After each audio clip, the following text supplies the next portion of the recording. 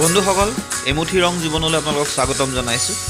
আজি কেইদিনমানৰ আগতে আপোনালোকক মই কচু হালধি ইত্যাদি দিয়াৰ এটা ভিডিঅ' দেখুৱাইছিলোঁ আৰু আজি আপোনালোকক দেখুৱাব খুজিছোঁ সমান্তৰালভাৱে চলি থকা অন্য এটা পৰ্ব যে হালধিখিনি খন্দাৰ পিছত ইয়াক কেনেদৰে প্ৰস্তুত কৰিছোঁ সেই বিষয়ে আপোনালোকক দেখুৱাব বিচাৰিছোঁ।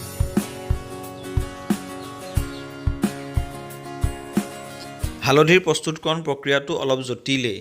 তাৰমানে ইয়াত যথেষ্টখিনি কৰিব লগা হয়। প্ৰথমে হালধিখিনি খন্দাৰ পিছত তাক চাফ চিকুণ কৰি সেইখিনি ভালদৰে সিজাব লাগিব আৰু সিজোৱাৰ পিছত এই হালধিখিনি কাটি সৰু সৰুকৈ কাটি তাক ভালদৰে ৰ'দত শুকুৱাব লাগিব।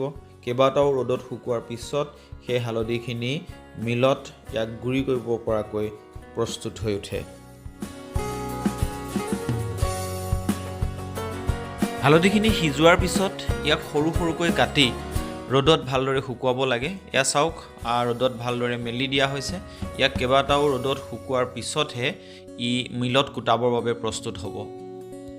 আজি অৱশ্যে হালধি সিজোৱাৰ দিনা মোৰ ভাগ্য ভাল নাছিল। ৰাতিপুৱাই সুন্দৰকৈ ৰ'দটো ওলাই আহিছিল, কিন্তু তাৰপিছতে বতৰটো বেয়া হ'ল আৰু প্ৰথম দিনা মই সেইখিনি সামৰি থৈ দিব লগা হ'ল। এইফালে মই হালধি সিজোৱা আৰু কটাৰ কাম কৰি আছোঁ। অন্যফালে মোৰ লগত অমৃত, প্ৰদীপ আৰু গোবিনেও কাম কৰি আছে। সিহঁতি ফিচাৰীটোত কিছু কাম কৰিছে।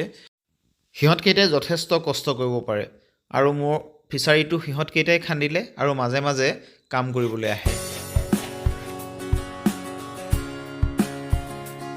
আৰু এয়া হ'ল অন্তিমটো পৰ্ব। হালধিখিনি মিলত খুন্দোৱা হৈছে আৰু খুন্দাই পেলাই আমি খাব পৰা যিটো গুড়ি হালধি সেইখিনি প্ৰস্তুত কৰা হৈছে।